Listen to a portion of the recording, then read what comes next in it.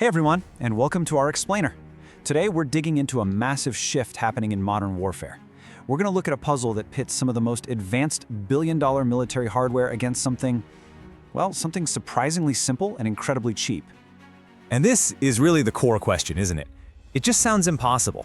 How can a weapon that costs less than a beat-up used car pose a serious threat to a defense system that costs millions, sometimes even billions of dollars? Well, get ready, because this is the new reality of the battlefield. What we're really looking at is a classic David versus Goliath story, just updated for the 21st century. On one side, you've got the titans of military tech. We're talking sophisticated jets, Patriot missiles, things like Israel's Iron Dome. And on the other side, mass-produced, almost disposable drones. And believe it or not, it's the simple tech that's completely flipping the script. So yeah, this brings us to a completely new battlefield equation. The old rules, the ones where the side with the biggest, most advanced weapons just automatically wins, those rules are being seriously challenged. And what this really means is that it's not just about firepower anymore. The conflicts of the future might be won or lost not by who has the biggest punch, but by who has the smartest, most efficient economic strategy. It's a huge shift in how military planners have to think. So what is this cheap little weapon that's causing such a huge stir? Well, let's meet the star of our show today, the Iranian-designed Shahed 136, a drone that's earned a pretty memorable nickname. See, the Shahed 136 is what's known as a loitering munition. You might have also heard the term kamikaze drone, and the keyword there is loitering. Unlike a missile that flies straight from point A to point B, these things can get to a target area and just circle, waiting for the perfect time to strike. And when you look at its specs, you can see it's not exactly a monster. It's about 3.5 meters long, has a wingspan of about 3 meters, and it tops out at around 200 kilometers per hour. The tech inside? It's pretty basic, actually. Stuff like small engines and commercial GPS. Nothing revolutionary. Its real power, well, that lies somewhere else entirely. And that brings us to its nickname, which kind of says it all. The Flying Scooter. People on the ground actually named it that because of the buzzing, lawnmower-like sound its little engine makes. It's a detail that really just strips away any intimidating, high-tech vibe, and it highlights how ordinary and accessible this technology really is. Okay, now we get to the absolute heart of the issue, the economics of it all.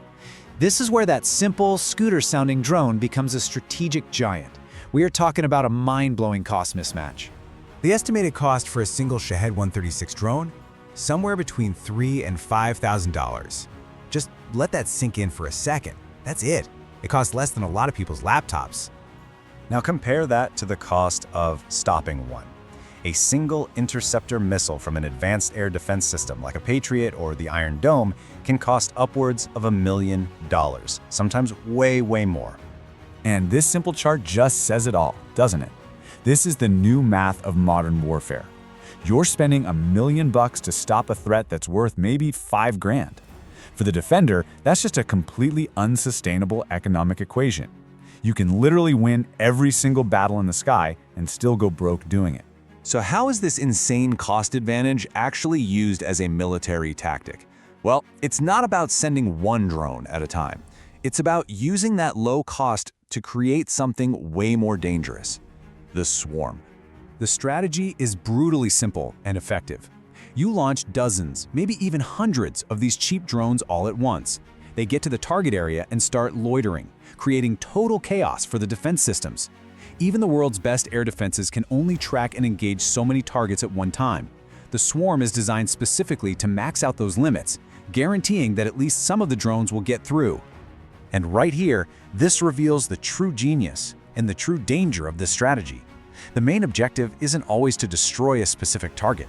It's economic attrition. It's about forcing the defender to burn through their incredibly expensive and limited supply of interceptor missiles. Every time they launch $1 million missile at a $5,000 drone, the attacker chalks up a huge economic win. So, let's pull back and look at the big picture. What does all of this mean for the future? Because this isn't just about one specific drone from one country. This signals a really profound change in the whole economic reality of warfare. For decades, military dominance was pretty straightforward. It was defined by having the most advanced, most powerful, and most expensive technology. What the flying scooter represents is a brand new reality. It's one where a clever strategy, combined with extreme cost efficiency, can actually challenge and neutralize even the world's most powerful militaries. And that leaves us with this final, really critical thought. As cheap, effective technology like this gets easier and easier to get, are we heading into an era where wars are won and lost on spreadsheets just as much as on the battlefield? Is the new arms race all about who can be the most affordable? That's a question military planners all over the world are